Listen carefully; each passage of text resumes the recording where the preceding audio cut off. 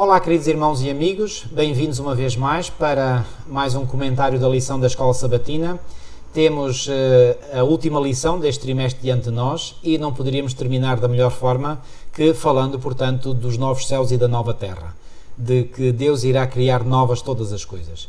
Pois bem, mais uma vez tenho o prazer e o privilégio de poder estar acompanhado pelo irmão José Eloy Rubalo, a quem vou pedir, desde já, portanto, que possa fazer uma oração para iniciarmos a nossa reflexão. Querido Pai, como adventistas do sétimo dia, nós apegamos-nos à Tua Palavra, àquilo que está escrito pelos profetas, Senhor, inclusivamente o profeta do século XX, que Tu chamaste, que Tu deste ao Teu povo, e nós queremos aprender aquilo que se encontra na Tua Palavra, Senhor. Amém. Queremos partilhar aquilo que sabemos, aquilo que estudamos, aquilo que nós conhecemos, para que outros possam também vir a ter o entendimento e o gosto pelo estudo da Tua Palavra. Amém. Abençoa todos aqueles que vão ouvir, Senhor, e abençoa-nos a nós, ao apóstolo Paulo Cordeiro e a mim, que nós possamos expor a Tua Palavra de modo a ficar claro a todos. Te pedimos Amém. e agradecemos em nome de Jesus. Amém, Senhor. Amém. Assim seja. Ok. Pois é, irmão, nós temos aqui uma lição muito interessante que nos fala, portanto, de todas as coisas que o Senhor irá recriar, portanto, de acordo com o plano original, de acordo com o modelo original, não é? Não quer dizer que não haja aqui coisas que nós, portanto, não entendemos na totalidade, mas eu gostaria de começar esta nossa recapitulação da lição com um texto do que o apóstolo Paulo escreveu e que vem em 1 de Coríntios, no capítulo 2 e no versículo 9, e eu creio que este texto é muito conhecido da maior parte dos irmãos, que diz assim: mas como está escrito, nem olhos viram, nem ouvidos ouviram, nem jamais penetrou em coração humano que Deus tem preparado para aqueles que o amam. Temos a certeza absoluta que aquilo que João escreveu foi sobre inspiração divina. Foi algo que Deus lhe revelou através de visões, não é? E que ele escreveu. Mas nós também acreditamos que os instrumentos humanos, pois bem, são falíveis, são fracos. E, portanto, João certamente teve dificuldade em exprimir por palavras aquilo que ele contemplou em visão, que Deus lhe deu. Portanto, a visão está certíssima. O problema pode estar na expressão, na forma como João se expressou. Isto para dizer o quê? Como iremos notar, sobretudo na lição de segunda-feira, há coisas que às vezes que nos fazem levantar certas questões, mas eu vou desde já dizer-vos o que é que eu acho e qual é a minha atitude, e eu creio que será também a atitude do irmão Eloy perante isto. Isto não é algo que nos inquieta quando nós nos confrontamos com questões para as quais não temos respostas cabais, mas a seu tempo lá chegaremos. Irmão, eu quero começar por comentar aqui logo o início na lição, quando diz aqui, portanto, que algumas pessoas, e nomeadamente os ateus, os agnósticos, quando ouvem falar, portanto, de um céu, de uma nova terra, etc., pois bem, eles riem, gozam, portanto, ridicularizam por completo esta ideia. Como diz aqui, logo no segundo parágrafo, diz assim: no entanto, para alguns, a promessa de um novo céu e de uma nova terra parece ser uma fantasia, uma história contada por aqueles que estão no poder. Isto é, sobretudo na visão marxista, não é? Existe esta convicção, isso é uma forma de explorar as massas, de controlar as massas, de as manter, digamos, sob o poder, não é? E os quais usam a esperança de uma vida após a morte como auxílio para manter as massas na ordem. A ideia é, embora a vida seja dura no presente, um dia terás a tua recompensa no céu, ou alguma coisa semelhante a isto. Ou seja, qual é a visão marxista? A visão marxista é a seguinte: é que os grandes senhores do poder usam a religião para manipular as massas e para assim as manter sob a escravidão que eles querem que elas estejam. Então, incutem-lhes a ideia: olha, vocês trabalhem, suportem todas as amarguras, todas as agruras, porque um dia vocês terão a vida eterna. E assim conseguem controlar as massas. Atenção, isto não é o que eu penso. Isto é a visão marxista que eu aqui referi, portanto, em poucas palavras. E sobre a visão marxista, certamente que todos conhecem aquela expressão que é atribuída a Karl Marx, que diz que a religião é o ópio do povo. E eu fiz uma pequenina busca na internet e encontrei na enciclopédia online, na Wikipédia, o seguinte: a religião é o ópio do povo, é uma variação da famosa frase presente na introdução à crítica da filosofia do direito de Hegel, de Marx, e a introdução foi escrita em 1843 e foi publicada em 1844. E eu achei muito interessante isto. Ou seja, 44. esta frase, que ficou bem conhecida, a religião é o ópio do povo, foi escrita por Marx em 1843 e foi publicada em 1844. Já referimos aqui na lição da semana anterior a importância da data de 1844. Aqui está mais um dado que mostra que em 1844 foi um ano riquíssimo em novas ideias, em novas ideologias, em novas religiões, novas entre aspas, não é?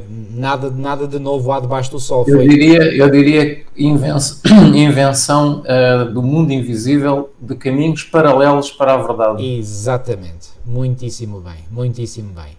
Então reparem, esta visão marxista, portanto, é uma visão que está totalmente falsa, não é?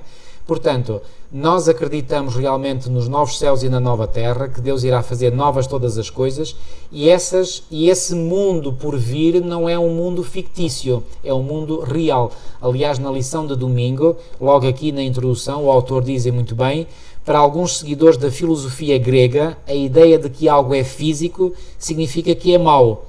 É por isso que para eles é inconcebível pensar num céu real com pessoas reais no futuro.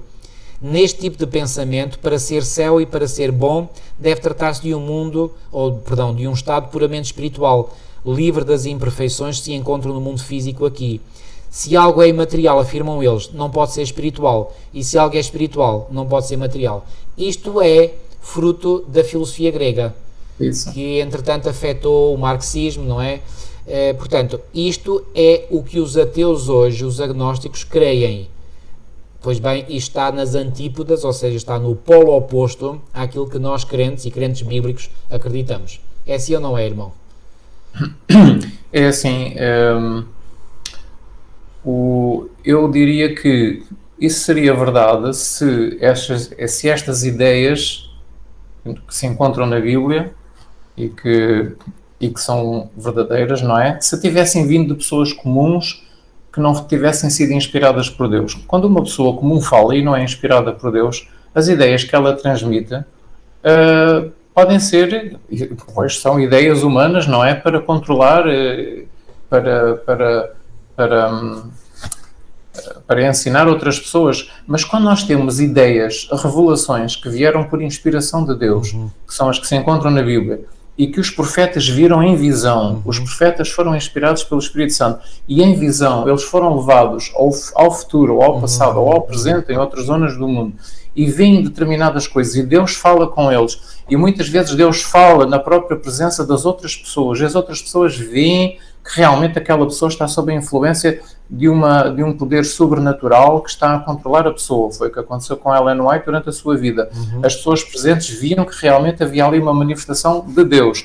Havia provas palpáveis, concretas, de que Deus estava a dar aquela visão, e nos tempos do Antigo Testamento, se existiram profetas que realmente tinham estas visões e outras pessoas presenciavam e testemunhavam isto, e se nós sabemos que aqueles episódios, por exemplo, que nós já falámos aqui também, quando o povo saiu do Egito e se encontrou junto ao Monte Sinai, e Deus se manifesta ao povo que saiu do Egito, aqueles milhares de pessoas, e Deus manifesta-se no topo do Monte Sinai, o Monte Sinai coberto de nuvens negras, relâmpagos, trovões, o som da buzina, portanto, o monte a fumegar, e ouve-se a voz de Deus do topo da montanha. São manifestações que a gente não pode atribuir a uma mente humana que inventou as coisas, e não podemos dizer, pois, os homens inventaram estas ideias da nova terra e do novo céu, que é para controlarem as multidões e as massas, para serem bonzinhos e tal. Não, nós não podemos dizer isso, porque essas manifestações das visões dos profetas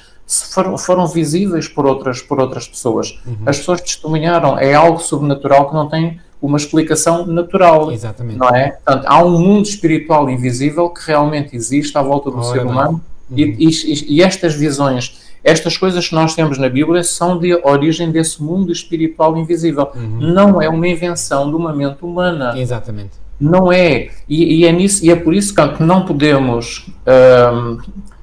nós vemos, por estes episódios da Bíblia, que há aqui acontecimentos sobrenaturais. Os profetas foram, de facto, inspirados influências sobrenaturais do mundo invisível, e estas revelações que eles tiveram e que escreveram na Bíblia, no livro de Isaías, por exemplo, que é o livro que nós estamos a estudar esta semana, que fala sobre o novo céu e a nova terra, nós não podemos dizer que isto se originou numa mente humana para controlar as massas ou para controlar multidões. Não podemos dizer isto, porque não se originou em pessoas normais que se sentaram a uma secretária e disseram assim: bom, vamos lá ver o que é que eu vou escrever. Eu vou escrever sobre isto e sobre isto e sobre isto. É uma ideia boa, excelente. Talvez as pessoas acreditem e aceitem nisto. E puseram-se a escrever. Não. Estas coisas que nós temos na Bíblia, estas informações, são baseadas em visões. São baseadas em contactos sobrenaturais do mundo invisível da parte de Deus, dos anjos e do Espírito Santo, para inculcar estas ideias na mente humana. E existem essas provas, não é? A descrição que nós temos, por exemplo, do encontro de Deus com o povo no Monte Sinai, aquilo está cheio de coisas sobrenaturais no Monte Sinai. As nuvens negras sobre o topo, o monte a fumegar, o monte a tremer, os relâmpagos, os trovões, não é? Tudo isso é uma prova de que realmente há alguém acima de nós que se comunica connosco e transmite a informação sobre o futuro e sobre os planos que Deus tem para a raça humana. Muito bem. Não foi simplesmente inventado por alguém sentado numa secretária com uma caneta. Não, foram revelações que vieram. É por isso que nós acreditamos naquilo que está escrito na Bíblia e nas promessas que existem sobre os novos céus e a nova terra, e que Deus irá fazer novas todas as coisas. E nós temos o texto de Isaías, temos o texto de Isaías 65, se nós lermos na Bíblia, não é? O texto de Isaías 65 diz-nos: eis que eu crio novos céus e nova terra, e não haverá lembrança das coisas passadas. Deus deu esta visão ao profeta Isaías, e nós sabemos um pouco de como será o futuro. Então, desde os versículos 17 até ao verso 25, nós aprendemos aqui muita coisa, não é? Que a nova terra será uma criação especial de Deus, o passado pecaminoso não mais estará presente na vida das pessoas, Jerusalém será um lugar de alegria e felicidade, não haverá choro, não haverá clamor, não haverá mortalidade infantil, a longevidade está garantida, o trabalho criativo prevalecerá, a paz e prosperidade estão asseguradas, as pessoas desfrutarão a vida sob as bênçãos de Deus, as orações serão imediatamente respondidas, haverá novas condições de vida na natureza, entre os animais, as maldições não existirão. Portanto, são algumas das coisas que, se nós lermos atentamente Isaías 65, versículos 17 a 25, Isaías está a ver em visão isto tudo, tal como acontecia com Ellen White, e ele viu e ele escreveu tudo isto, não é? Então, há aqui uma série de coisas que falam do futuro e nós acreditamos. Ele volta a falar, por exemplo, em visão no capítulo 66, no versículo 22 e no versículo 23, e diz: eis que como os céus novos e a terra nova que hei de fazer estarão diante da minha face, também a vossa posteridade e o vosso nome há de estar diante de mim. E desde uma lua nova até à outra, e desde um sábado até ao outro, virá toda a carne a adorar diante de mim. Portanto, é feita aqui a descrição que existirá uma adoração a Deus também na nova terra, e que haverá um novo céu e uma nova terra, novos céus e nova terra. Portanto, ele foca aqui, ele menciona duas vezes, o profeta Isaías, esta questão dos novos céus e nova terra. Vamos para o Novo Testamento e dizemos assim: será que no Novo Testamento também falam nisto? Fala. Pedro, o apóstolo Pedro, na sua segunda carta à igreja, no capítulo 3, no versículo 13, ele também diz: nós, segundo a promessa de Deus, aguardamos novos céus e nova terra. Exatamente. Em que é a justiça. Portanto, Pedro continua a acreditar, tal como os profetas do Antigo Testamento, que aquilo que Deus disse no passado vai se cumprir. Exatamente. E Deus vai fazer novos céus e nova terra. O que é os céus? É os céus que rodeiam a terra. Quando a terra foi feita no princípio, não é? Deus disse: assim foram acabados os céus e a terra. Então, os céus e a terra é os céus que dizem respeito ao nosso planeta. Os céus atmosféricos. É os céus atmosféricos, exatamente, que eram diferentes do que é hoje. Os céus atmosféricos antes do dilúvio eram diferentes. Certo. Não chovia, não havia, a temperatura era uniforme em todo o planeta, eram os céus atmosféricos perfeitos. Não havia gelo no Polo Norte, no Polo Sul, não havia os oceanos como hoje existem, a apanharem 2/3 da Terra, não havia os desertos, onde não há árvores nenhumas, não há bosques, não há florestas, não há nada, é só areia. Portanto, toda a terra era bela, toda a terra era um jardim, toda a terra era bonita, havia vegetação e formas de vida em toda a face da terra, e a nova terra e os novos céus que Deus vai fazer vão ser assim como era no princípio. Porque os novos céus vão ser perfeitos e vão permitir suportar essas formas de vida perfeitas num ambiente perfeito, numa temperatura perfeita, numa luminosidade perfeita. Portanto, é isso que Deus vai fazer. Os novos céus atmosféricos e a nova terra. Muito bem. E as coisas vão ser como eram no princípio. Portanto, o no apóstolo princípio. Pedro garante-nos. No Novo Testamento, o apóstolo Pedro fala nisso. Isso. E depois temos a visão que João tem. O discípulo, o apóstolo João. Pedro acredita nessa promessa e Deus vem a João na ilha de Patmos quando ele estava preso, quando o Império Romano o mandou para lá, para a ilha de Patmos preso, e Jesus manifesta-se a ele e dá-lhe aquela visão sobre o futuro. E que está, todas essas visões sobre o futuro, que estão no último livro da Bíblia, que é o Apocalipse, não é? Ou a Revelação.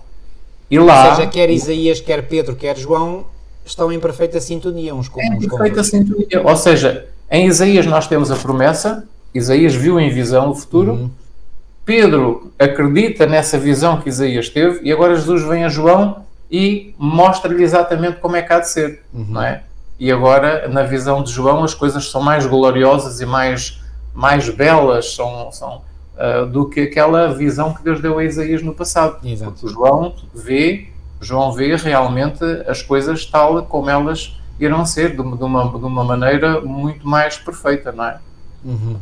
Muito bem. E nós temos isso em Apocalipse, no capítulo 21, não é? Versículos 1 a 5, onde João diz: eu vi um novo céu e uma nova terra. Ele faz o mesmo que Isaías, não é? Ele diz que viu, eu vi, ele diz mesmo, eu vi, como um novo céu e uma nova terra, porque já o primeiro céu e a primeira terra passaram, e o mar já não existe, o oceano. E eu, João, vi a santa cidade que de Deus descia do céu, a Nova Jerusalém, que de Deus descia do céu, e adressada como uma esposa, ataviada para o seu marido, é o que ele diz em Apocalipse 21, 1 a 5, e ouviu uma voz do céu que dizia, portanto, isto não veio da cabeça dele, ele ouviu, Deus disse, falou com ele através dos anjos: eis aqui o tabernáculo de Deus com os homens, pois com eles habitará. Portanto, a Nova Jerusalém será o local em que Deus habitará com a raça humana neste planeta. Muito bem. É ali que Deus habitará e que estará com a raça humana. A Nova Jerusalém será a capital desta nova terra. Exatamente. Que Deus vai fazer. Muito bem, muito bem. Muito obrigado, irmão. Creio que foi uma explicação cabal, completa, profunda, ampla. Há aqui, contudo, uma questão que eu gostaria de colocar e que foi aqui ligeiramente abordada na lição de domingo pelo autor da lição, que é o seguinte: quando nós lemos o texto de Isaías 65, 17 a 25, ficamos com a ideia de que isto era para se cumprir na cidade literal de Jerusalém, ou seja, com o antigo povo de Judá. Porquê que nós, adventistas do sétimo dia, colocamos isto como se referindo aos novos céus e à nova terra que o irmão acabou de falar? Consegue, em poucas palavras, irmão, explicar aqui esta questão? Exatamente, porque Deus tinha um plano para o povo de Israel. Infelizmente esse plano não se cumpriu. Isso. O povo de Israel não correspondeu às expectativas que Deus tinha dele. O povo de Israel não cumpriu o plano de Deus.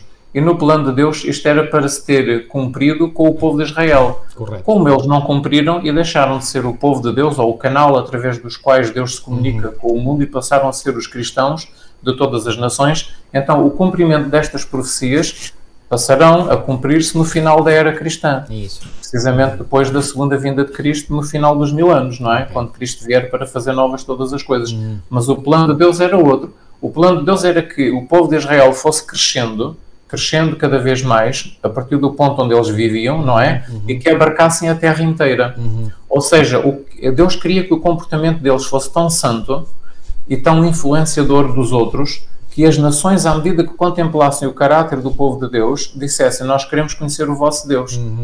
Vocês são um povo de facto especial e diferente, nós vemos em vocês um caráter diferente, vocês parecem um povo santo que reflete o caráter de Deus, nós queremos aprender mais acerca de Deus. E o plano de Deus é que, à medida que eles fossem alargando as suas fronteiras para abarcar o mundo inteiro, as nações se fossem convertendo.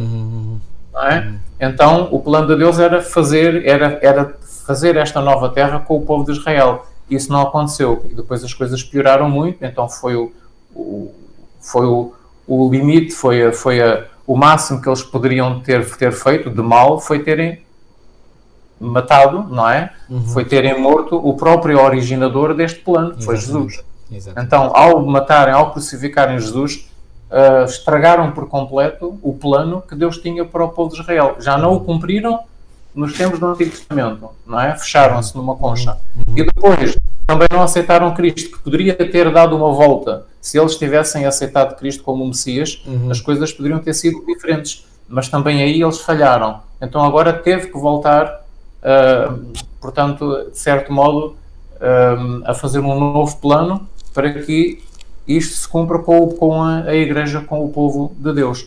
Mas, realmente, Isaías 65 e 66 descreve aquilo que poderia ter sido caso o povo de Israel tivesse sido fiel. Exatamente. É isso mesmo. No entanto, há alguns pormenores daquilo que Deus gostaria de fazer com o povo de Israel que continuam em pé, portanto, e que irão cumprir-se quando Jesus fizer uma nova terra, quando Jesus, depois dos 1000 anos, depois da segunda vinda de Jesus. Exatamente. O que é certo é que no Novo Testamento nós encontramos várias vezes, e sobretudo pela pena do apóstolo Paulo, a menção de que a Igreja é o novo Israel, não é? É o novo Israel, isso mesmo. Por exemplo, nós encontramos textos como, por exemplo, Romanos capítulo 2, versículos 28 e 29, que diz assim: porque não é judeu quem o é apenas exteriormente, nem é circuncisão a que é somente na carne, porém judeu é aquele que o é interiormente, e circuncisão a que é do coração, no espírito, não segundo a letra, e cujo louvor não procede dos homens, mas de Deus. Bom, na realidade, este ser judeu interiormente, isto já era o plano de Deus mesmo para o antigo povo de Israel, não é? Porque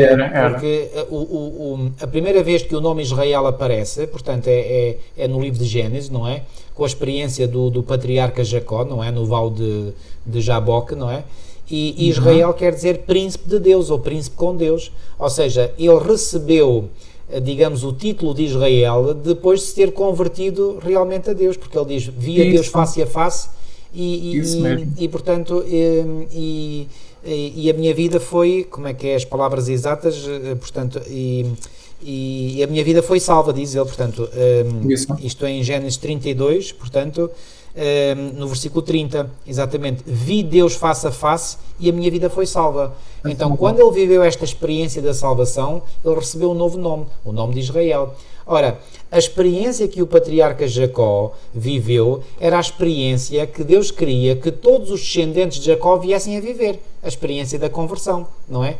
Então, esta ideia de que ser judeu interior é uma ideia somente do Novo Testamento não é verdadeira, porque Deus já queria que ela fosse realidade no Antigo Testamento. Isso. Mas Paulo, no Novo Testamento, vem reforçar grandemente a ideia de que não, o judeu não é aquele que o é apenas exteriormente, é aquele que o é interiormente. Aliás, quando Jesus viu Natanael, disse: eis aqui um verdadeiro israelita. Bom, o que é que essa frase, essa resposta de Jesus significa? Bom, se está ali um verdadeiro israelita é porque para Jesus há verdadeiros israelitas e há falsos israelitas, não é? Ora bem. E isto faz-me lembrar num outro texto do apóstolo Paulo que está em Romanos 9, onde Paulo diz, por exemplo, algo que até parece contraditório, mas não é. Nós devemos entender as coisas corretamente. Diz assim, portanto, Romanos 9:6, e não pensemos que a palavra de Deus haja falhado, porque nem todos os de Israel são de facto israelitas. Nem todos, isso nem mesmo. todos os de Israel são de facto israelitas. E no cristianismo, é a mesma coisa. Exatamente, nem todos os cristãos são realmente cristãos. Exatamente.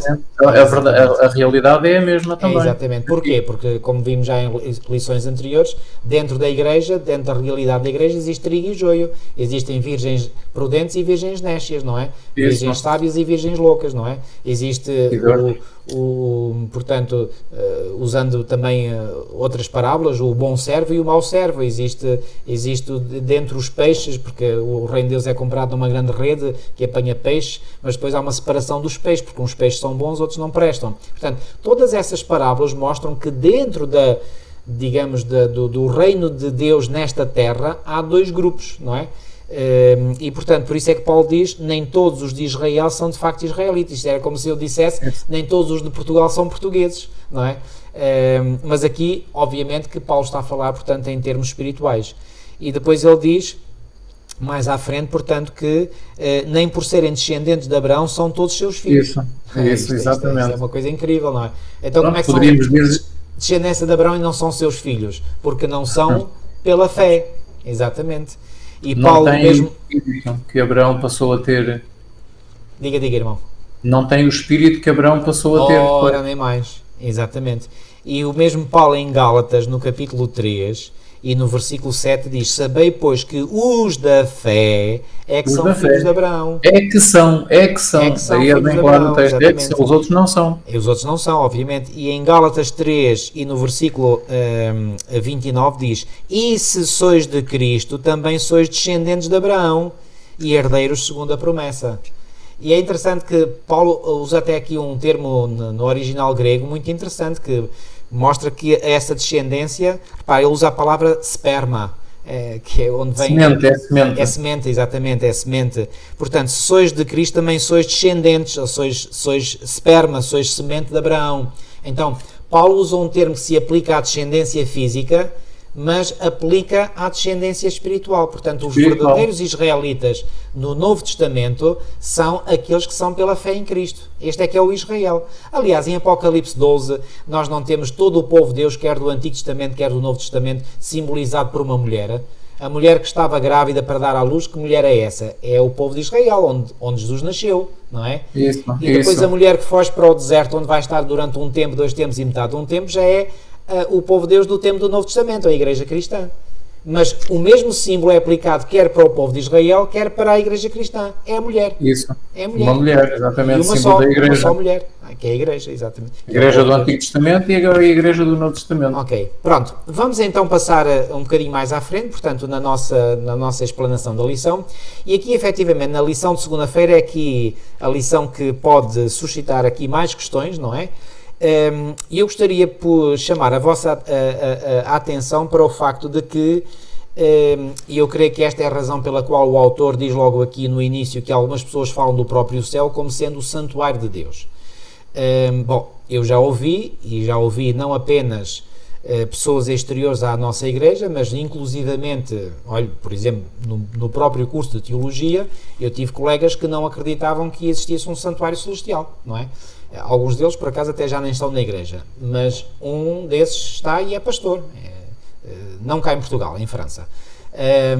E, portanto, ele não acreditava, não sei se, entretanto, mudou de ideias, espero bem que sim, não é?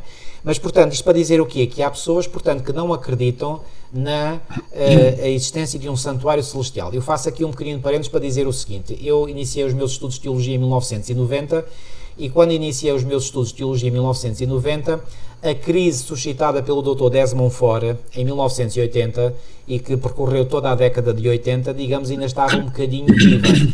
Enfim, já estava a poeira a assentar, porque entretanto a Conferência Geral já tinha publicado 7 volumes que ficaram conhecidos como os 7 volumes da coleção Darkoma, Daniel and Revelation Committee, portanto o Comitê de Daniel e Apocalipse, não é? Publicaram 7 volumes, tenho ali na estante que está aqui atrás de mim, tenho esses 7 volumes, e portanto, com a publicação desses volumes, os últimos já foram publicados já nos anos 90, portanto, digamos, a areia, digamos assim, o pó já estava, digamos, a assentar. Mas ainda senti, portanto, nos meus estudos de teologia, ainda senti um bocadinho, digamos, a influência que adivinha dessa crise, que foi um autêntico tsunami, não é, teológico, que surgiu dentro da Igreja, e, portanto, no rasto, digamos, dessa crise teológica levantada pelo Dr. Desmond Fora, que até faleceu recentemente, há 2 anos atrás, portanto, havia alguns que não acreditavam na existência de um santuário. E aquilo que o autor está aqui a dizer é exatamente mostrar o contrário, ou seja, provar que não há um santuário no céu. E alguns que dizem que não há santuário no céu dizem, não há santuário, o próprio céu é que é o santuário. Não é verdade. Portanto, há um santuário no céu. Portanto, e o céu não é o santuário. Portanto, o santuário está no céu. Aliás, para mim o texto mais claro é o texto de Apocalipse 11:19, onde claramente é dito, eu vou ler esse texto, portanto Apocalipse 11:19, e diz assim: abriu-se então o santuário de Deus que se acha no céu. E acha no céu, são duas coisas diferentes, o céu é uma coisa, o santuário é outra. Exatamente, portanto, isto é como eu ter uma peça, vamos imaginar alguém ter uma peça muito importante de mobília em casa, e depois alguém confundir essa peça importante com a própria casa em si. Não, a peça está em casa, mas a peça não é a casa. Portanto, o santuário está no céu, mas o santuário não é o céu, ok? Portanto, abriu-se então o santuário de Deus que se acha no céu e foi vista a Arca da Aliança no seu santuário. Então, claramente há aqui uma referência no livro do Apocalipse a um santuário, a um templo, consoante as versões bíblicas, que se acha no céu. E, portanto, não devemos ter dúvidas de que esse santuário, portanto, realmente existe. Agora, levanta-se aqui um problema, e esse problema também é levantado por essas pessoas, é citarem o texto de Apocalipse, no capítulo 21, e no versículo, portanto, Apocalipse 21 e no versículo 22, que diz assim: e nela não vi templo, como diz outras traduções, nela não vi santuário, porque o seu templo, ou porque o seu santuário, é o Senhor Deus Todo-Poderoso e o Cordeiro. Então, parece que aqui o livro do Apocalipse está em contradição. Será que está em contradição, irmão? Agora vou-lhe dar a palavra, porque eu já falei muito. Ora bem, portanto, aqui João diz que na Nova Jerusalém, que ele vê descer do céu para ser a capital da nova terra, ele diz que olhou e não viu lá um santuário, não viu um templo. Existe um templo neste momento, existe um templo no presente, existe um templo desde que entrou o pecado no mundo, e continuará a existir até que o problema do pecado seja resolvido. E inclusivamente durará até mesmo durante o milénio, durante os 1000 anos depois da segunda vinda de Jesus Cristo, durante esse milénio, esse templo, esse santuário continuará a existir. Porquê? Porque eu peço desculpa de interromper, sim, irmão. Diga-te, está à vontade, irmão. Isto porque só quando o milénio estiver completado e se der a ressurreição dos ímpios e se der depois, digamos, um juízo executivo sobre os ímpios, como vimos na lição da semana passada, e quando Deus criar novos céus e nova terra, aí é que se encerra definitivamente esta saga do pecado, sim ou não? Isso, o plano da redenção encerra-se, já não há necessário fazer mais trabalho nenhum relacionado com a história do pecado aqui na terra, então o templo deixa de ser usado como quartel-general, se é que podemos dizer assim, como centro de comando ou centro de atuação de Deus para salvar a raça humana. Não é? Porque o que Deus faz neste momento é tentar salvar o maior número possível de seres humanos aqui na Terra, não é? Correto. Então os anjos têm que estar ali na presença de Deus, milhões deles, e Deus, Jesus, os envia àquela casa, àquela morada, àquela rua, àquela pessoa, a tal dia, a tal hora. Portanto, programando tudo para que as pessoas possam ter o máximo de oportunidades para conhecer a verdade. Então, eu gostei dessa expressão que o irmão usou, é o quartel-general, ou seja, é o centro de comando, onde Deus dirige todas as ações no sentido de salvar, portanto, os seres humanos. O plano da redenção, o plano da redenção é gerido a partir dali, é um centro de logística onde Jesus está ali com o seu Espírito Santo, os anjos, e procura salvar o maior número de pessoas. Quando esse trabalho estiver concluído, no final dos 1000 anos, então o santuário deixa de ser necessário dentro da cidade para essa função. É o que nos parece. Porquê é que eu digo assim? Porque João já não vê o santuário da capital da nova terra, porque João está a ver agora a capital da nova terra. Isso. É diferente. Ele não está a ver agora o céu tal como ele é atualmente. Ou seja, ele não está a ver a cidade de Deus no presente. Não. Quando João diz em Apocalipse 21, versículo 22, capítulo 21, versículo 22, nela não vi templo. Nela quê? Na cidade da Nova Jerusalém, a cidade de Deus, a cidade de Deus que desce do céu. Isso. E ele vê descer do céu, porque ele diz no capítulo 21, no versículo 2, eu, João, vi a santa cidade, a Nova Jerusalém, que de Deus descia do céu. Correto. Não é? Ok. Portanto, e depois no verso 3, ele diz que ouviu uma grande voz do céu que dizia, eis aqui o tabernáculo de Deus com os homens, ou seja, eis aqui a habitação de Deus com os homens. Pois com eles habitará, eles serão o seu povo e Deus estará com eles. Portanto, Deus, o próprio Deus, isto é outra coisa espetacular que a mim me tem encantado ao longo dos anos, é o facto do próprio Deus deslocar o centro de comando da nossa galáxia ou do universo, deslocar do sítio onde ele atualmente está, lá para os lados de Orion, na nebulosa de Orion, não é? Da constelação de Orion, é ali que está a casa de Deus, o centro do comando, a cidade onde Deus vive. Ele vai honrar a raça humana a tal ponto, aqueles que foram salvos pelo sacrifício de Cristo, ele vai honrar este planeta, o sítio onde Jesus viveu, onde Jesus nasceu, onde ele ensinou, onde ele sofreu, onde ele morreu. Portanto, este mundo vai ser honrado por Deus, e a Nova Jerusalém, que é a capital, que é o mundo onde Deus vive, que é a cidade onde Deus vive, vai ser deslocada de lá da constelação de Órion para aqui, e vai ser a capital da nova Terra. Isso é uma coisa linda, maravilhosa. E o próprio Deus vai estar aqui neste planeta. Ou seja, nós já não precisamos de estar a orar a um Deus que está na constelação de Órion, não é? Nós vamos estar na presença de Deus e vamos ter Deus connosco. O próprio Deus vai viver aqui no planeta Terra. É uma ideia fabulosa. Isto é maravilhoso, e quando nós pensamos nisto, neste grande alvo, neste grande objetivo que nós temos pela frente, não é? Isso só nos dá força para nós vivermos a nossa vida cristã. Portanto, e fazermos a vontade de Deus para podermos estar num ambiente destes. Exatamente. Eu acho que não há um ambiente melhor. Olha, os cientistas, todos os cientistas do mundo, há pessoas de todas as religiões, mesmo ateus, mesmo... Há pessoas que sonham com encontrar extraterrestres. Há pessoas que sonham ir aos outros planetas e contatar os habitantes dos outros planetas. Nós vamos ter aqui o próprio autor, o próprio originador desses mundos habitados, o próprio criador de todas as formas de vida da nossa galáxia, das outras galáxias. Ou seja, este planeta será a capital do universo.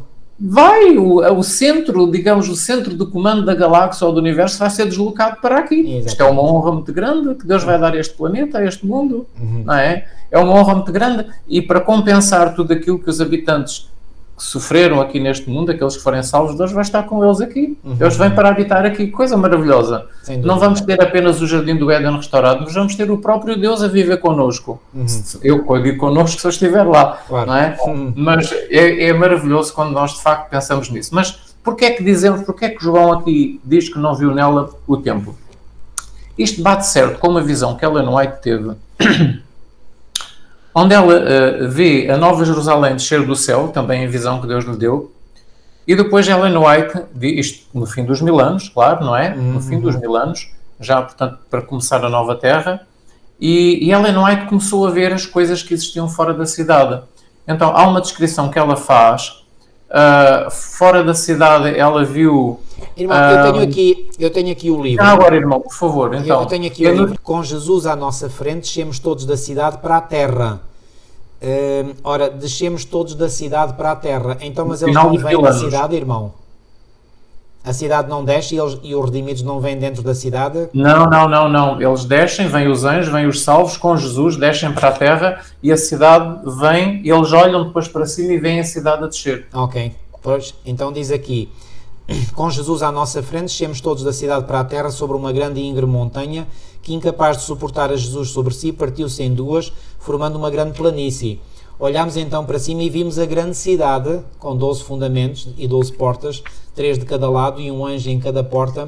Todos exclamámos: a cidade, a grande cidade, vem de Deus descendo do céu. Cá está, é verdade. E ela veio e se pôs no lugar em que nos achávamos. Pusemos então a observar as coisas gloriosas fora da cidade. Vi ali casas belíssimas que tinham a aparência de prata, apoiadas por 4 colunas entremeadas de pérolas preciosas, muito agradáveis à vista. Destinavam-se à habitação dos santos. Em cada uma havia uma prateleira de ouro.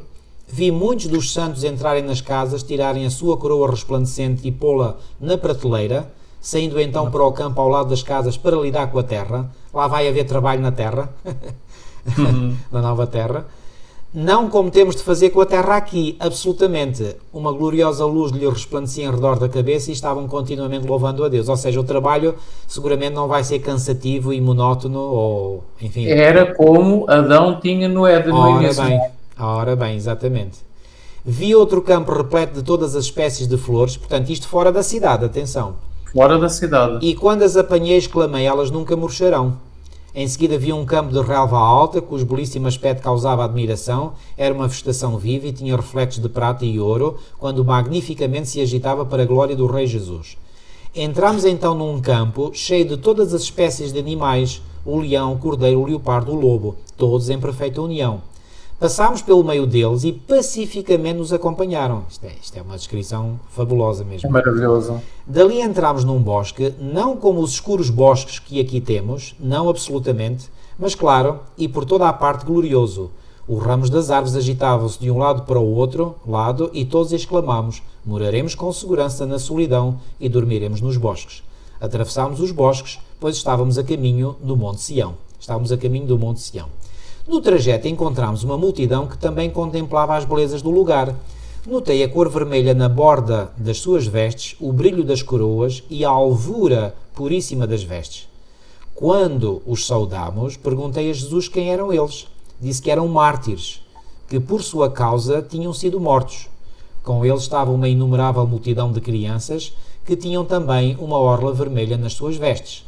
E agora reparem, diz assim: o Monte Sião estava exatamente diante de nós e sobre o monte um belo templo. Isso mesmo. Isto tudo é a descrição que ela faz das coisas fora da cidade. Fora da cidade, portanto ela está a descrever fora da cidade. Agora ela diz que viu o Monte Sião e sobre o Monte Sião um belo templo. Um belo templo. Então o templo existe, na mesma, ok? Em cujo redor havia 7 outras montanhas sobre as quais cresciam rosas e lírios. E vi as crianças subirem, ou se o preferiam, fazer uso das suas pequenas asas e voar ao cimo das montanhas e apanhar flores que nunca murchariam. Para embelezar o lugar havia em redor do templo todas as espécies de árvores: o bucho, o pinheiro, o cipreste, a oliveira, o mirto, a romanceira e a figueira curvada ao peso dos seus figos maduros. Elas embelezavam aquele local. E quando estávamos para entrar no templo, Jesus levantou a sua bela voz e disse: somente os 144.000 entram neste lugar. E nós exclamámos aleluia. Esse templo, ela continua a descrever o templo, estou quase a terminar esta leitura, era apoiado por 7 colunas, todas de ouro transparente engastadas de pérolas belíssimas. As maravilhosas coisas que ali vi, não as posso descrever. Oh, se me fosse dado falar a língua de Canaã, poderia então contar um pouco das glórias do mundo melhor. Vi lá mesas de pedra em que estavam gravados com letras de ouro os nomes dos 144.000. Interessante este pormenor, não é? É verdade. Depois de contemplar a beleza do templo, saímos e Jesus nos deixou e foi à cidade. Foi à cidade. Exatamente. Muito interessante. Então, onde eles não estavam na cidade, estavam fora da cidade. E isto está de acordo com o que João diz em Apocalipse 21, 22, quando ele diz: e nela quê? Nela na Nova Jerusalém, porque a partir do versículo 9 ele está a descrever a Nova Jerusalém que Deus lhe mostrou em visão. Então, quando ele diz: e nela na Nova Jerusalém não vi templo, está em perfeita sintonia com o que Ellen White está aqui a dizer. Portanto, não viu o templo na cidade, mas fora da cidade. Portanto, existe o templo. Portanto, agora a questão é esta. E é esta questão que eu, muito sinceramente, não consigo resolver, que é o seguinte. É que ela fala aqui do Monte Sião e sobre o monte o belo templo. Ora, o Monte Sião, na antiga cidade de Jerusalém, estava dentro da cidade. O Monte Sião era o local onde estava o templo e se manifestava a presença de Deus através da Shekinah. E a pergunta que eu me faço, e para a qual não tenho resposta, não sei se o irmão tem, é: porquê que na Jerusalém terrestre o Monte Sião estava dentro da cidade e na Jerusalém celestial, na Nova Jerusalém, o templo ou o Monte Sião está fora da cidade? Eu não tenho, muito honestamente, não tenho resposta para esta questão. Pois, eu também não. Há coisas que nós não temos resposta para elas porque não foi revelado. Porquê? Porque tudo o que nós sabemos é com base na revelação. Exatamente. Ou revelação bíblica, analisando atentamente os textos sagrados bíblicos, ou nos textos também inspirados da mensageira do Senhor, Ellen White, ao longo de 70 anos, que ela deixou dezenas e dezenas de livros escritos, não é? Então, baseado nessa informação, nós não encontramos mas nada. Eu lanço aqui um repto: se houver alguém que nos esteja a ouvir, que nos vá ver e que tenha a resposta, nós agradecemos. E se pode nos escrever diretamente, pode pôr como comentário, portanto, neste vídeo do YouTube, escreva ali o seu parecer, o que é que acha, se encontrou alguma coisa. Pois bem, eu e o irmão Eloy não temos resposta para esta pergunta, mas também não estamos preocupados. Porque é que o Monte Sião não está dentro da cidade, mas está fora da cidade? Exatamente. Mas há uma sintonia entre o facto dela ter visto em visão o templo sobre o Monte Sião fora da cidade, e esse Monte Sião era rodeado por 7 outras montanhas. Isso. Não é? Pronto, e não temos, portanto, isto bate certo com o que o João disse, que realmente Bate não certo. viu o templo dentro da cidade, porque ele está fora. Exatamente. Ele está fora, e Deus mostrou a Ellen White o templo fora, em visão. Exatamente. Portanto, João diz que não viu o templo na cidade. Na cidade, dentro da cidade. Dentro da cidade. O que não quer dizer que ele não possa existir fora da cidade. Ok. E depois, eu só leio aqui mais um bocadinho, diz assim: depois de contemplar a beleza do templo saímos e Jesus nos deixou e foi à cidade. Foi à cidade. Ou seja, eles não estavam na cidade. Não Logo lhe ouvimos de novo a delicada voz dizendo: venham, povo meu, vocês vieram da grande tribulação e fizeram a minha vontade, vocês sofreram por mim, venham à ceia, pois eu me cingirei e os servirei. Nós exclamamos: aleluia, glória, e entramos na cidade. Entramos na cidade, exatamente. Só depois é que entram na cidade. E vi uma mesa de pura prata, esta mesa já era na cidade, tinha muitos quilómetros de comprimento, contudo os nossos olhares podiam alcançá-la toda. Imaginem a visão que a gente tem, é a visão melhor que a visão do lince, não é? Isso! Vi o fruto da árvore da vida, o maná, amêndoas, figos, romãs, uvas e muitas outras espécies de frutas. Pedi a Jesus que me deixasse comer do fruto, disse ele: agora não. Os que comem do fruto deste lugar não mais voltam à terra. Pois bem, aqui está então esta descrição, portanto, que Ellen White nos deu e que nós achamos, portanto, que está em sintonia com o que João viu também em visão, não é? Porque foi o mesmo Deus que o revelou. Há esta questão que fica em aberto, que nós não temos a resposta, porque é que o templo então está fora da cidade, não é? Quando antes estava dentro da cidade. E há aqui outra questão que tem a ver também, portanto, com os 144 mil, e que é o seguinte, é que diz aqui, portanto, que apenas para entrar no templo, somente, disse Jesus, os 144 mil entram neste lugar. Isso. E nós temos uma descrição em Apocalipse 7,15 que diz: por isso estão diante do trono de Deus e o servem, estão diante do trono de Deus e o servem, de dia e de noite, no seu templo. E aquele que está sentado sobre o trono os cobrirá com a sua sombra. Agora, isto é a descrição da grande multidão. Mas... E há um outro pormenor, já agora um outro pormenor, vamos acrescentar este texto, Apocalipse 14:1, onde é que o apóstolo João vê os 144 mil. Pois. Apocalipse 14:1, olhei e eis o Cordeiro em pé sobre o monte de Sião. Aqui está certo. Aqui está certo. E com ele 144 mil. Portanto, este Monte Sião é o Monte Sião onde está o belo templo. Portanto, o Monte Sião está exatamente diante de nós e sobre o Monte Sião, um belo templo. Onde só podem entrar os 144 mil. E Apocalipse 14:1 diz que olhei e eis que estava o Cordeiro sobre o Monte Sião e com ele os 144 mil. Portanto, está em plena sintonia aqui. Portanto, aqui a sintonia é total. Mas há aqui uma coisa que parece não estar em sintonia. Digo bem, parece. Em Apocalipse 7,15, portanto, diz, referindo-se à grande multidão, os 144 mil são mencionados nos versículos 1 a 8 e depois nos versículos 9 a 17 a grande multidão. Ok? Versículo 9 introduz este trecho que fala da grande multidão. Depois destas coisas olhei e eis aqui uma multidão, a qual ninguém podia contar, de todas as nações e tribos e povos e línguas, estavam diante do trono e perante o Cordeiro, trajando vestidos brancos e com palmas nas suas mãos.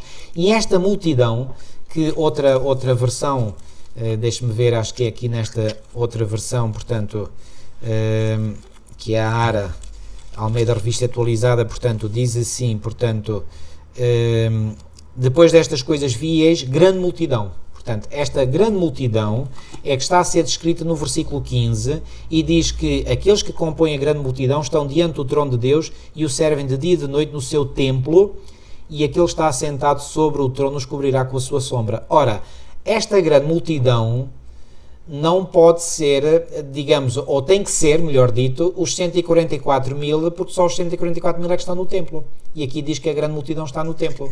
Não será isso, irmão?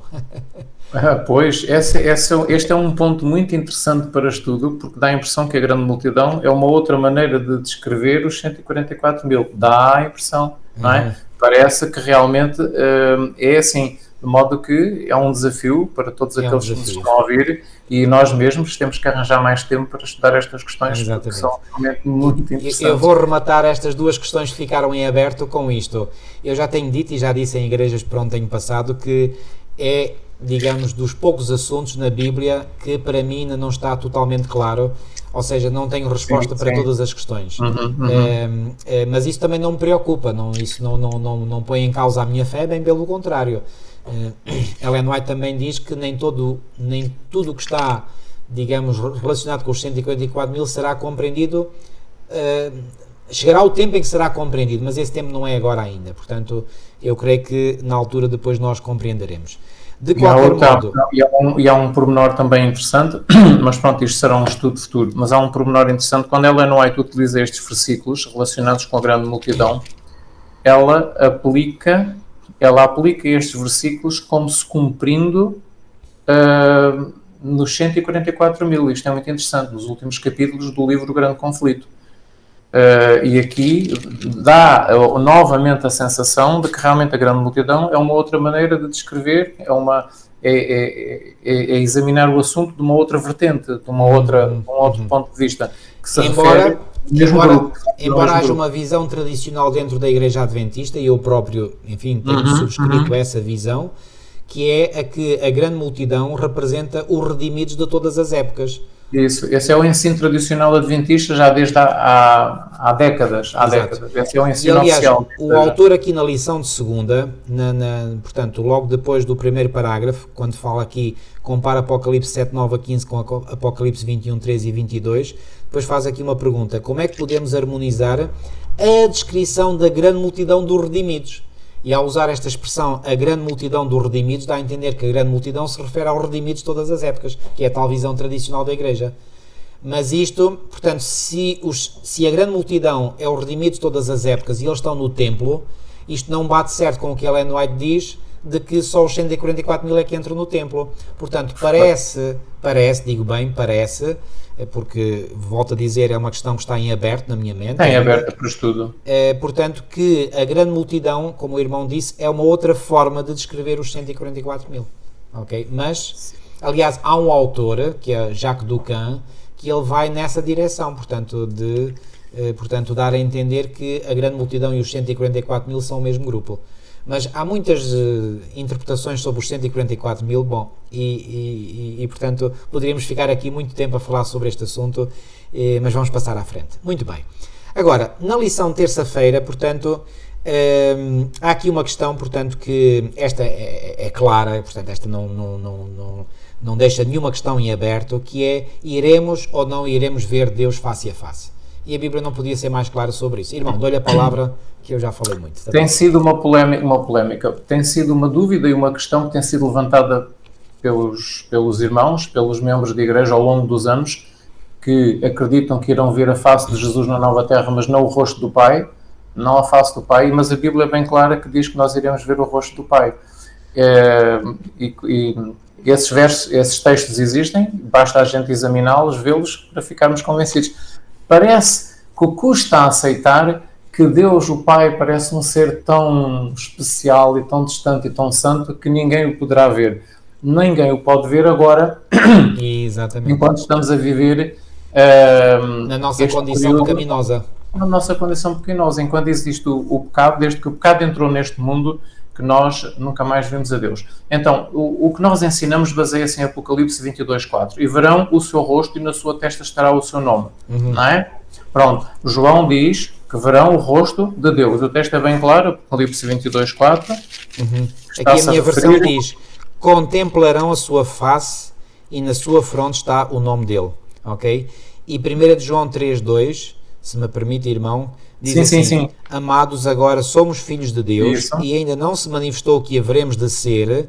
Sabemos que quando Ele se manifestar, e Ele ainda não se manifestou, diz assim: quando Ele se manifestar, seremos semelhantes a Ele, porque haveremos de vê-lo assim como Ele é. Como Ele é, exatamente. Assim como Ele é. E olhem, em Mateus, no capítulo 5, versículo 8, o que é que está escrito? Bem-aventurados os limpos de coração, porque eles verão a Deus. Exatamente. Verão a Deus. Portanto, agora, mas este texto de Apocalipse 22, 4 é realmente muito forte, porque fala na face, fala no rosto. Isso. Não é? Fala no rosto. Nós veremos a face do Pai. E há um texto do Espírito de Profecia, que até está na lição de terça-feira, e que está na lição de terça-feira, muito interessante, e que diz: e nela não vi templo. Ela menciona este versículo: nela não vi o templo dentro da cidade, porque o seu templo é o Senhor, Deus Todo-Poderoso e o Cordeiro. o povo de Deus tem o privilégio, este é o comentário que ela faz do versículo, deste versículo. Ela diz, o povo de Deus tem o privilégio de entreter franca comunhão, reparem bem, com o Pai e com o Filho. Não é só com o Filho, é franca comunhão com o Pai e com o Filho. Reparem, isto vai ser completamente diferente, vai ser muito melhor ainda do que a experiência que Moisés teve. Moisés no Monte Sinai pediu para ver a face de Deus, pediu para ver a glória de Deus. E Deus disse, ver-me-ás pelas costas. E quando eu passar, eu ponho a mão na rocha para que tu não vejas o meu rosto, porque não podes ver a minha face. Correto. Moisés esteve a uns metros de Deus, mas não viu a face de Deus. Certo. Nós, os salvos, vamos finalmente, livres da nossa mortalidade e do nosso corpo pecaminoso, nós vamos finalmente poder ver a face de Deus. Porque ela diz, nós vamos entreter franca comunhão com o Pai e com o Filho. E mais abaixo ela diz, então o conheceremos face a face, sem um véu de separação. Estaremos na sua presença e contemplaremos a glória do seu rosto. Ela diz isto no Grande Conflito, na página 578. Portanto, está na lição de terça-feira. E no Patriarcas e Profetas há um texto muito interessante também que diz assim, e aqui vai esclarecer o assunto, porque é que a Bíblia diz que nunca ninguém viu a Deus, e agora já vamos ver a Deus. Então ela diz, desde o pecado dos nossos primeiros pais, Adão e Eva, não tem havido comunicação direta entre Deus e o homem. Atenção, desde o pecado não tem havido comunicação direta entre Deus e o homem. O que é que isto quer dizer? Que antes de Adão pecar, Adão tinha comunicação direta com Deus. Qual Deus? O próprio Pai. O Pai entregou o mundo nas mãos de Cristo. Ou seja, antes do pecado, era o próprio Pai e Cristo que se comunicavam com Adão. Depois da entrada do pecado, Deus, o Pai, entregou a Cristo todo o contacto com a raça humana e ele foi nomeado para ser então o mediador e o sacerdote, o redentor da raça humana. O Pai entregou nas mãos do seu Filho a terra e depois uma linha mais abaixo diz, toda a comunhão entre o céu e a raça decaída tem sido por meio de Cristo, desde o pecado de Adão e Eva. Antes do pecado de Adão e Eva, a comunhão era com o Pai e com o Filho. Correto. Okay? Então, foi o Filho de Deus que fez aos nossos primeiros pais a promessa da redenção. Foi ele que se revelou aos patriarcas, Adão, Noé, Abraão, Isaac, Jacó, Moisés, etc. Esses santos homens tinham comunhão com o Salvador que viria ao nosso mundo em carne humana. Mas não esqueçam aquilo que lemos aqui no início. Desde o pecado não tem havido comunicação direta entre Deus e o homem. Esta palavra desde significa que antes do pecado entrar no mundo havia comunicação direta entre Deus e o homem. E depois, logo a seguir do ponto, no texto diz, o Pai entregou o mundo nas mãos do seu Filho. Portanto, havia comunicação direta entre o Pai e o Filho. Portanto, isto é muito interessante. E mostra que realmente nós iremos ver a Deus na nova terra. Bate certo, porque estando o problema do pecado resolvido, não vai haver impedimento nenhum para nós termos um contacto direto com o Pai. Agora há um impedimento, porque se nós virmos o rosto de Deus, nós morremos. Exatamente. Não há nenhum ser humano que possa ver a Deus e ficar vivo. Muito bem. Mas na nova terra nós vamos poder ver a face de Deus e não morrer. Agora, outra ideia não menos importante sobre o ver a Deus e estarmos na presença de Deus e contemplarmos o seu rosto é que, como diz o texto que citou há bocadinho, de Mateus 5,8, que faz parte do Sermão da Montanha, Jesus diz, quem é que verá a Deus? Portanto, quem? Os limpos de coração. Os puros de coração, conforme diz outra versão. Então há aqui uma relação de causa a efeito entre ver a Deus e ser puro ou limpo de coração. Então, o que é que isto nos faz crer? Que se nós queremos ver a Deus, nós temos que permitir que o Espírito Santo nos purifique de toda a imundícia do pecado. E em 1 de João, no capítulo 3, versículo 3, em 1 de João, capítulo 3, versículo 3, a Bíblia e Pedro diz-nos, João diz-nos que quem tem a esperança da segunda vinda de Cristo, ele diz no versículo 3 que purifica-se como Deus é puro. Purifica-se como Deus é puro, então temos que ser puros como Deus é. Isso. Aquele que tem esta esperança de ver a Jesus Cristo, de se encontrar com Ele na segunda vinda, purifica-se a si mesmo. E o texto de 1 de Pedro, capítulo 1, versículo 22, também diz que a obediência à palavra é necessária para esta purificação. Porque Pedro diz, purificando as nossas almas, ou a vossa alma, na obediência à verdade. Como é que esta purificação é feita? Pela obediência à palavra de Deus, pela obediência ao que está escrito, pela obediência à Bíblia. Então, nós purificamos-nos para estar um dia com Deus e essa purificação é feita pela obediência àquilo que está escrito. É pela obediência que a purificação é feita.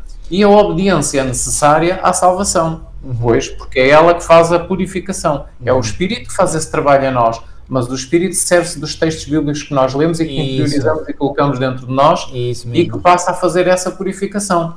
Mas, e essa purificação e essa obediência é necessária à salvação. Hebreus 5:9. Hebreus 5:9 diz que a salvação é para todos os que obedecem a Deus. Isso. Não é? Porque o texto do versículo 9 diz: e sendo ele consumado, veio a ser a causa de eterna salvação para todos os que lhe obedecem. Então a salvação é para os que obedecem a Deus. Não há salvação sem obediência. Exatamente. Deus quer ver essa obediência, porque senão também não estamos prontos no espírito, não estamos verdadeiramente em sintonia com Deus. Tem que haver um desejo de obediência. Se não existir, não existe aquela sintonia com Deus que existia antes do pecado com Adão e Eva. E além disso é necessário para a nossa purificação. É ela que faz a nossa purificação. E a salvação também não existe sem santificação. Ou seja, a salvação é feita pela santificação. A santificação é que nos prepara para a vida eterna e essa santificação alcança-se pela obediência à lei de Deus. E essa santificação e essa obediência fazem a purificação do nosso coração. Ou se quisermos dizer assim, o templo da alma, que é a alma que tem que ser purificada para podermos estar na presença de Deus. 2 Tessalonicenses, capítulo 2, versículo 13, diz que Deus nos elegeu desde o princípio para a salvação em santificação do Espírito. Portanto, aqui novamente um segundo texto a dizer que a salvação é em santificação feita pelo Espírito Santo. Ou seja, a salvação não é apenas pela fé. Nós não podemos dizer, eu creio em Jesus que é o meu Redentor, creio em Jesus que é o meu Redentor e pronto, eu estou salvo. Não podemos dizer isso. A salvação é pela fé em Jesus Cristo, sim, mas essa fé leva depois a uma transformação, a uma mudança de vida, leva a uma comunhão com Cristo, com o Espírito Santo. O Espírito passa a viver em nós e há uma santificação, há uma obediência, sem a qual ninguém verá a Deus. Não é? Então, esta santificação é necessária à salvação. Não é só dizer eu tenho fé em Cristo como meu Redentor. Isso não chega. Tem que haver uma preparação. Exatamente. E o texto de Tito 3.5 diz, é bem claro, nós já mencionámos estes versículos em lições anteriores, diz também que Cristo nos salvou pela lavagem da regeneração e renovação do Espírito Santo. É o tal texto que nós frisámos bastante em lições anteriores. Tito, capítulo 3, versículo 5. Somos salvos, o versículo diz que nós somos salvos pela regeneração feita pelo Espírito Santo. Muito bem. E, portanto, a santificação é necessária para a nossa salvação, mas tem que haver esta purificação para nós morarmos lá, irmãos. Os limpos de coração é que verão a Deus, de facto. O irmão acabou de referir o que referiu e eu vou, digamos, ainda pregar mais pregos no caixão, entre aspas.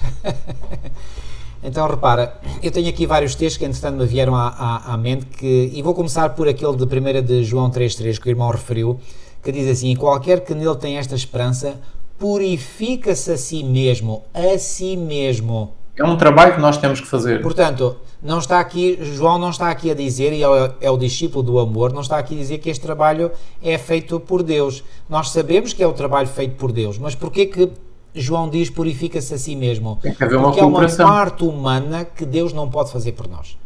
Isso mesmo. E nós temos que fazer essa parte.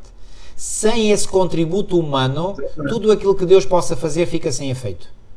Porque, por exemplo, quando Deus diz estou à porta e bato, não é? O apelo à igreja de Laodiceia. Se alguém ouvir a minha voz e abrir a porta, quem é que vai abrir a porta? É Deus ou sou eu? Sou eu. Então, eu tenho que abrir a porta para deixar que Jesus entre. Eu tenho que colaborar com Deus. Se eu não colaboro com Deus, a ação de Deus não vale de nada. Atos 5.32. Ora, nós somos testemunhas destes factos e bem assim o Espírito Santo que Deus outorgou a quem? Aos que lhe obedecem. Aos que lhe obedecem. Exatamente. Alguns poderão dizer, então, mas a obediência não é fruto exatamente da permanência do Espírito em nós? Pois bem, Ezequiel, por exemplo, no capítulo 36, e no versículo, eu explico isto da seguinte maneira, eu já expliquei isto, já tenho explicado muitas vezes, mas volto a explicar novamente. Em Ezequiel, no capítulo 36, não é?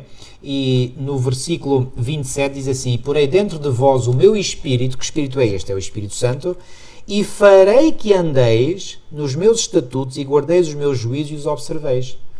E Paulo, em Romanos 8.4, ele diz algo também muito importante, que vai portanto, ao encontro daquilo que eu acabei de ler em Ezequiel 36. Diz assim: para que a justiça da lei se cumprisse em nós, que não andamos segundo a carne, mas segundo o Espírito. Então, quem é que nos habilita à obediência? É o Espírito Santo. Então, isto não parece uma contradição com o texto de Atos 5:32? Pois bem, parece, mas não é. Não há aqui nenhuma... Então, é assim, Deus dá-nos o Espírito Santo, mas ao dar-nos o Espírito Santo, Ele espera que nós colaboremos com Ele, que nós, portanto, que nós façamos a nossa parte. Se nós fizermos a nossa parte, então Ele vai nos acrescentando cada vez uma maior medida do Espírito Santo. Isso. Se nós não fizermos a nossa parte, Deus vai retirando o seu Espírito. E àqueles que não querem mesmo colaborar, Deus acabará por retirar definitivamente o Espírito Santo dessas pessoas, porque essas pessoas cometeram um pecado contra o Espírito Santo.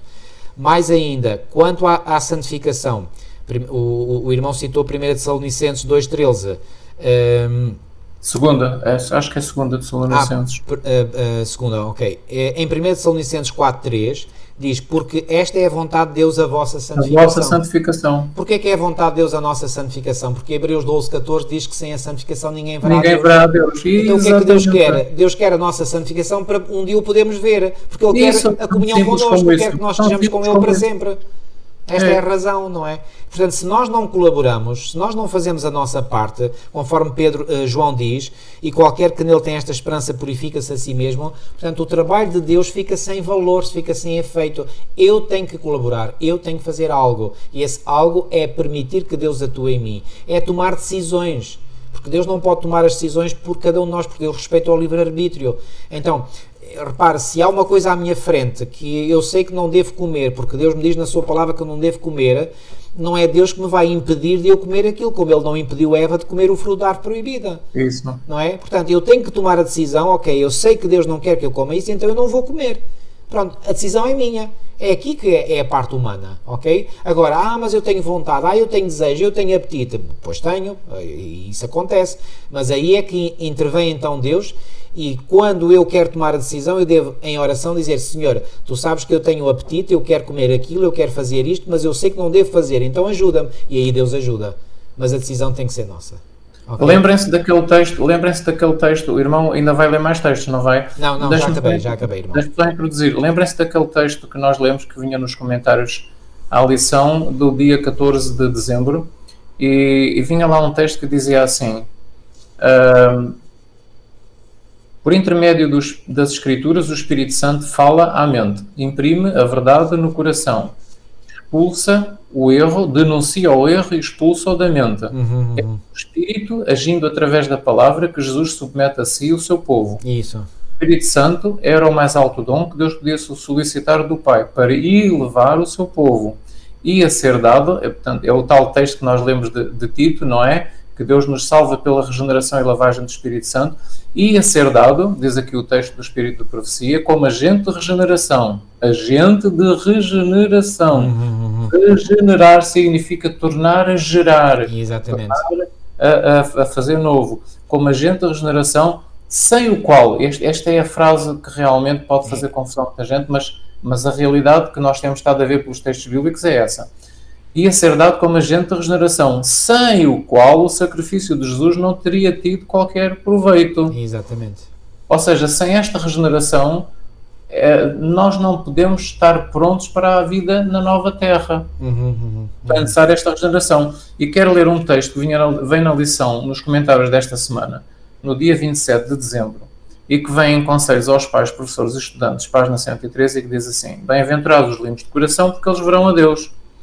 Se vigiarem e orarem e fizerem esforços fervorosos na devida direção, serão totalmente possuídos pelo Espírito de Cristo. Isso. Então, para nós sermos possuídos pelo Espírito de Cristo, para que Ele possa fazer todo este trabalho a nós de santificação e regeneração, nós temos que fazer também esforços fervorosos. Revestivos do Senhor Jesus Cristo e não tenhais cuidado da carne e as suas concupiscências. Sairão com tal desenvolvimento das faculdades intelectuais e morais que causará regozijo aos próprios anjos. Sob esta disciplina conseguirão o mais pleno desenvolvimento das vossas faculdades. Revistam-se dia após dia de Cristo.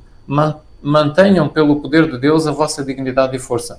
Portanto, nós temos que fazer um esforço fervoroso na devida direção para que o Espírito Santo possa fazer também um trabalho em nós. E sem este trabalho, o sacrifício de Cristo não tem proveito, porque a salvação, a redenção tem estas duas fases, estas duas facetas, não é? Exatamente. Que é o perdão e o poder sobre o pecado. É o perdão e a força para vencer o pecado. Exatamente. É a regeneração e a força que depois vem para vencer o pecado. Tem sempre estas duas facetas. Isto é o verdadeiro Evangelho. É a mensagem de 1888. Esta é a mensagem de 1888. Isto é o verdadeiro Evangelho que Satanás não quer que seja pregado, e então baralha tudo isto e acaba por ser ensinado nas igrejas, e mesmo há uma tentativa para introduzir este ensino na Igreja Adventista, de que basta realmente crermos em Jesus como o nosso Redentor e nós estamos salvos. Isso. Não é? E não é, irmãos. Há muitos textos, com centenas e centenas de textos, que falam que realmente tem que haver estas duas facetas. Exatamente. Muito bem, irmãos, estamos a entrar na reta final da recapitulação da nossa lição. Falta-nos rever, portanto, as lições de quarta e quinta-feira. Na lição de quarta-feira fala aqui, portanto, que não haverá mais morte nem lágrimas, o que pressupõe que neste mundo temos a morte, não é? Como todos sabemos, e temos muitas lágrimas, não é? Pois bem, a vida pode ser muito dura, injusta, cruel, como diz aqui o autor. Algumas pessoas tão caras para nós são brutalmente levadas pelo abraço gelado da morte, ou algumas pessoas entram subtilmente na nossa vida, roubam os nossos sentimentos e depois afastam-se como se nada tivesse acontecido. Nós podemos já ter sofrido isto ou podemos ter feito isso, e cada um responde por si.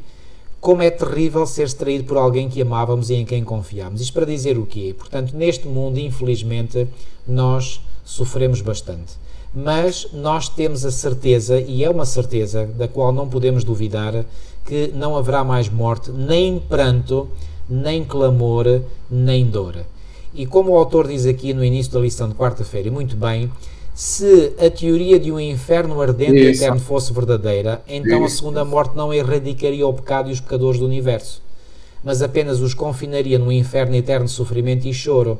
Então como é que se cumpriria este texto de Apocalipse 21:4, em que diz que não há mais pranto, não há mais dor, se eles estão a sofrer eternamente no inferno?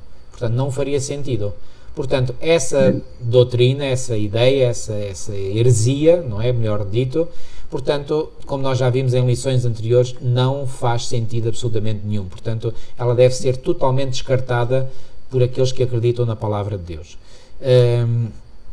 E, mais uma vez, temos aqui a certeza, portanto, que todos os nossos entes queridos que morreram em Cristo serão ressuscitados de entre os mortos para estarem connosco ao longo da eternidade, e aqueles que forem indignos da vida eterna pelas suas próprias escolhas deixarão finalmente de existir sem ter de viver num céu desagradável ou no inferno eternamente em chamas. Portanto, o nosso maior conforto, como diz aqui, deriva do modo justo como Deus trata toda a gente. Portanto, Deus é justo no seu juízo e será provado, ficará definitivamente provado. Gostei muito da lição da semana passada. Aliás, gostei da lição da semana passada porque é um tema que eu gosto muito e já há muito tempo. Em que ficará definitivamente provado, portanto, que Deus sempre foi um Deus justo, um Deus amoroso, um Deus misericordioso, e, portanto, na forma como Ele julga os seres humanos, Ele é absolutamente justo. E, portanto, a plena justiça de Deus será plenamente e totalmente vindicada, reivindicada. Ok?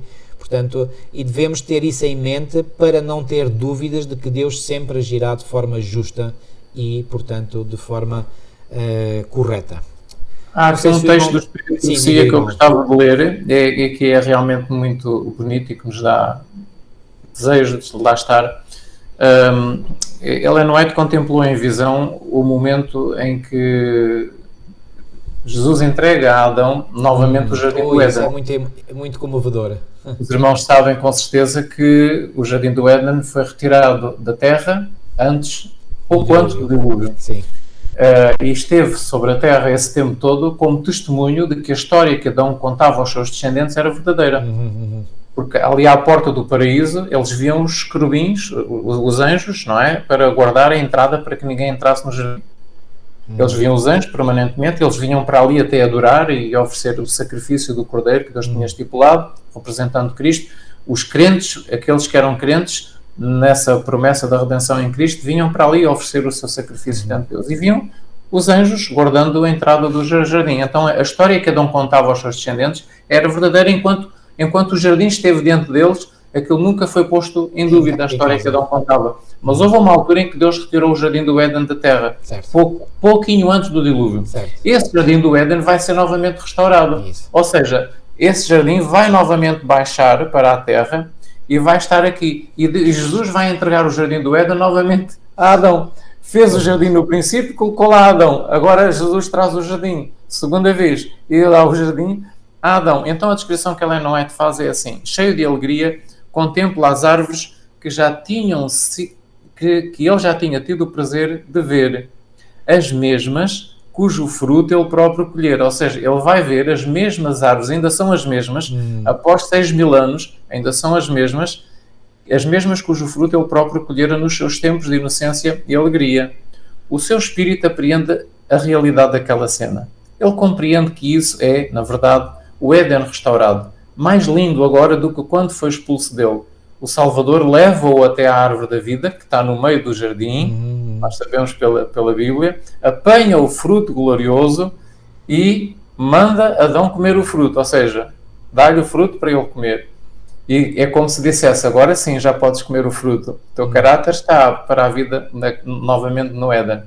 Olha à sua volta, Adão, e contempla uma multidão da sua família resgatada no paraíso de Deus. Ele abraça o Redentor. Esta reunião é testemunhada pelos anjos que choraram quando da queda de Adão e exultaram quando Jesus, depois de ressurgir, subiu ao céu, tendo aberto a sepultura a todos os que crescem no seu nome. Contemplam agora a obra da redenção completa e unem as vozes no cântico de louvor. Ou seja, Adão vai sentir uma alegria enorme em ver as mesmas árvores que ele próprio cuidou, não é? E vai ser uma coisa espetacular, de facto, esta reunião. E ele lança-se e abraça Jesus e ele chora, não é? Ele chora porque sabe que foi devido ao esforço que Jesus fez do plano da redenção que ele tem a oportunidade de estar novamente ali no jardim, não é? Ele não foi abandonado a morrer.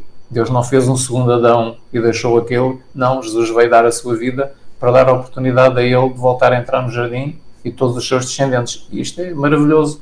O amor de Deus pela raça. Eu já li essa citação várias vezes e confesso que cada vez que eu leio me vêm as lágrimas aos olhos da emoção, porque e os redimidos contemplarão essa cena de ver, digamos, a atitude de Adão agradecer ao seu Salvador pela oportunidade. Quer dizer, é qualquer coisa que eu às vezes penso que nós não temos a devida noção de quão grande é o amor de Deus. Aliás, isso vai nos preencher por toda a eternidade, aqueles que tiverem a graça de poderem estar na eternidade com o Senhor, e oxalá que nós estejamos, e todos aqueles que nos estão a acompanhar. Mas nós iremos compreender pelos séculos infindos da eternidade, pelos milénios, pelos milhões de anos e bilhões de anos, sempre novas manifestações e novas facetas do amor de Deus, que é incompreensível à mente humana, pelo menos como nós já agora deixem-me, eu era para ter falado nisto e acabei por me esquecer. Há muitos que têm tanto receio de que esta herança que Deus tem para nós da nova terra pareça tão demasiado material, que espiritualizam. Isso. Ou seja, e Ellen White diz que Deus demonstrou que isso era um erro que os cristãos estavam a cometer, em espiritualizar. Ou seja, acreditar que afinal de contas a vida na nova terra não vai ser uma coisa palpável, material, concreta. Não.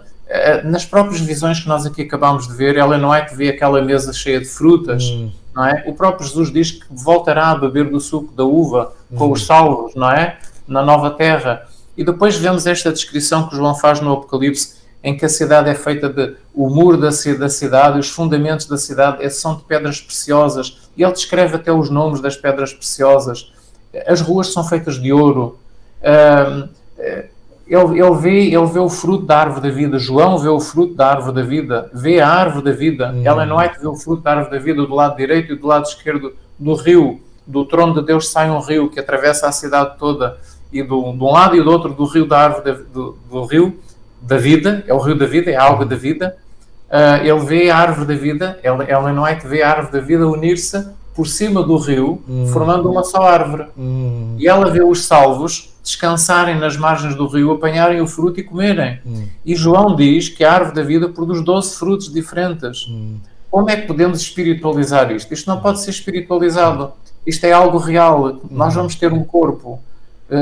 Jesus subiu ao céu com um corpo. A cidade é uma cidade concreta, palpável, a descrição que João faz no Apocalipse. Não há necessidade de nós imaginarmos o futuro como sendo assim uma vida nas nuvens ou, sei lá, não é. O mundo vai ser maravilhoso, vai ser um mundo real. Há bosques, há árvores, sem dúvida. Há rios, há animais. Ellen White viu em visão até os animais que acompanharam à medida que eles iam percorrendo. Eles estavam no percurso para o Monte Sião, para verem o belo templo, não é? Fora da cidade. E ela diz que viu animais que depois os acompanharam no trajeto. O leão, etc. Não é? Portanto, não são espíritos de leões, não são almas de leões, não são espíritos nem almas desencarnadas que vão habitar a nova Terra. São pessoas concretas, não é? Eu tive um professor de teologia que, quando se falava destas realidades celestiais, ele dizia: para aqueles que acreditam que a vida na nova Terra será irreal, eu respondo: a vida irreal é esta que nós vivemos hoje. Porque, de certo modo, o que é que ele queria dizer com isto? Não quer dizer que vivemos na realidade virtual, não é isso. O que ele queria dizer é que esta vida, devido ao pecado ter manchado, digamos, a pureza daquilo que Deus criou, é que nós vivemos numa vida que não é a vida real que Deus tinha criado originalmente. Mas na nova Terra, aí sim será a vida real, a plena vida real. Jesus vai voltar a beber do suco da uva com os salvos, não é? E aquela mesa cheia de frutas, para nós comermos. Embora haja pormenores que nós não compreendemos como vai ser, não é? Mas Jesus nos explicará e nós ficaremos a saber. O importante é lá estarmos.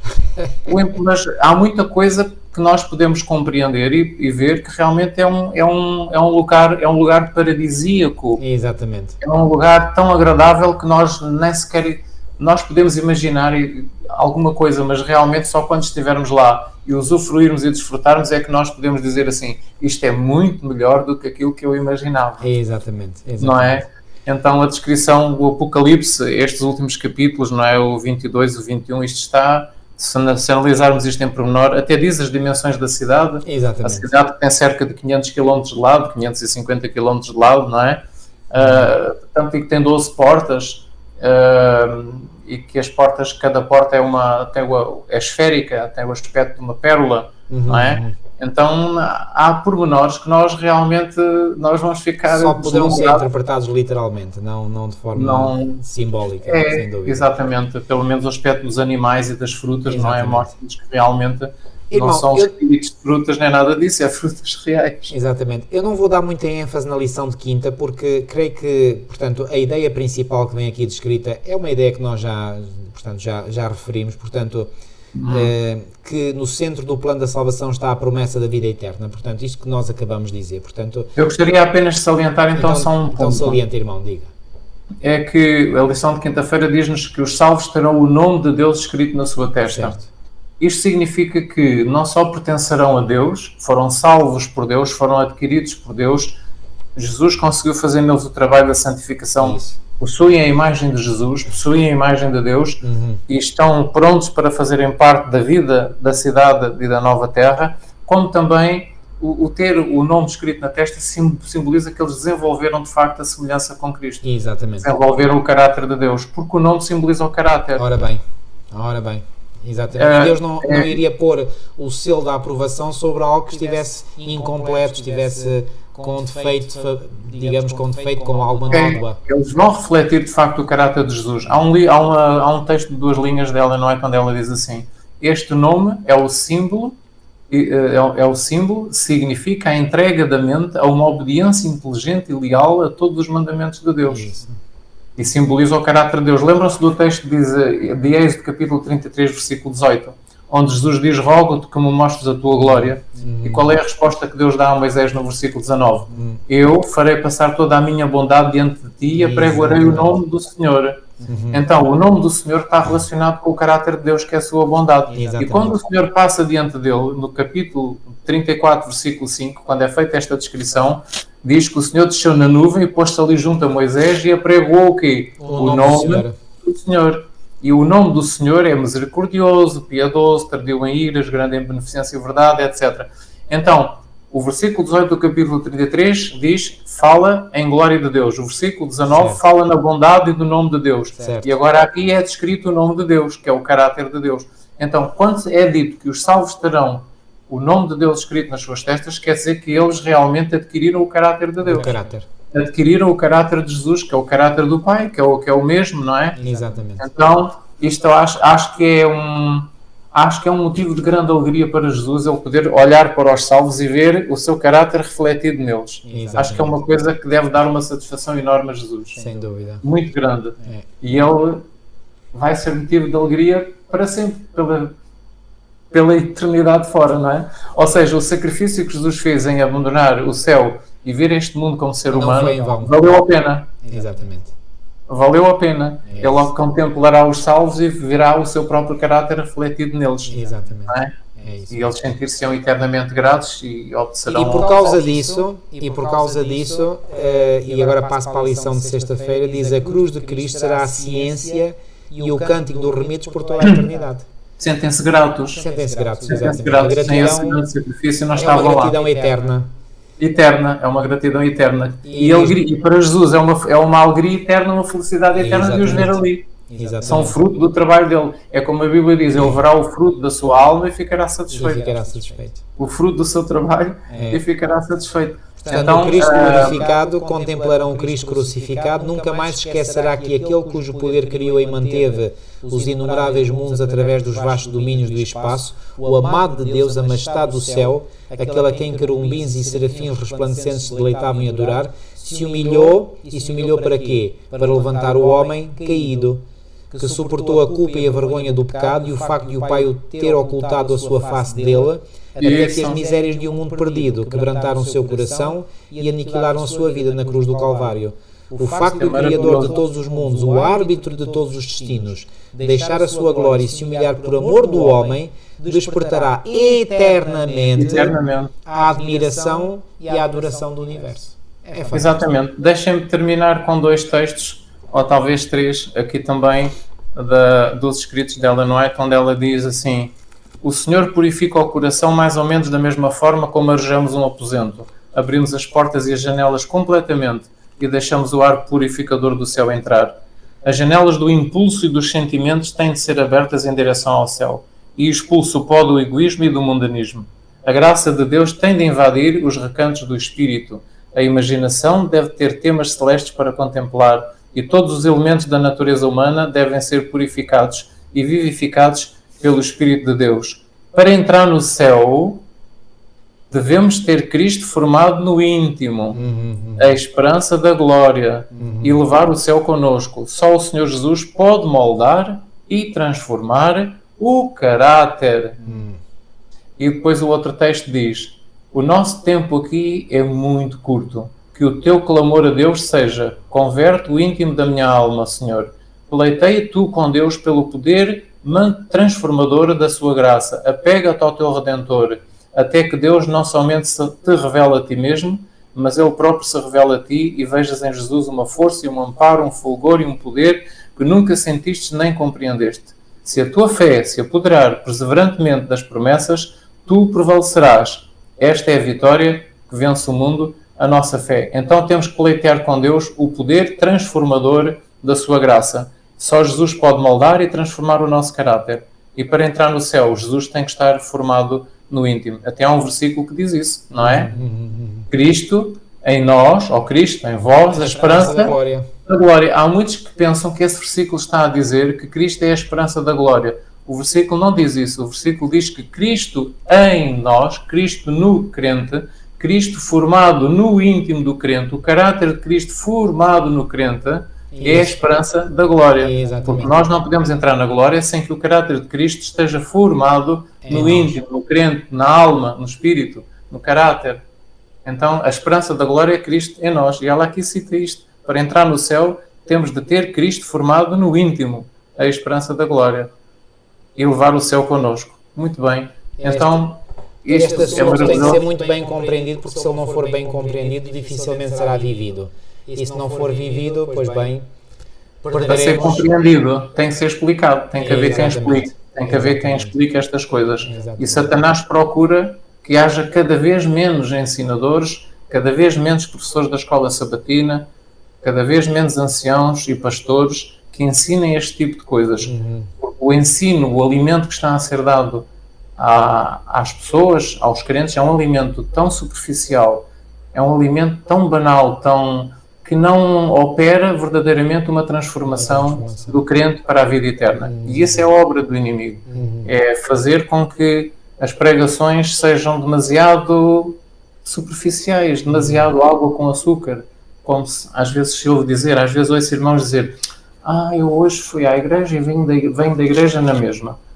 Não consegui extrair nada, porque as coisas não estão a ser ensinadas, a doutrina não está a ser ensinada, o conhecimento bíblico não está a ser transmitido como devia. Devia de haver um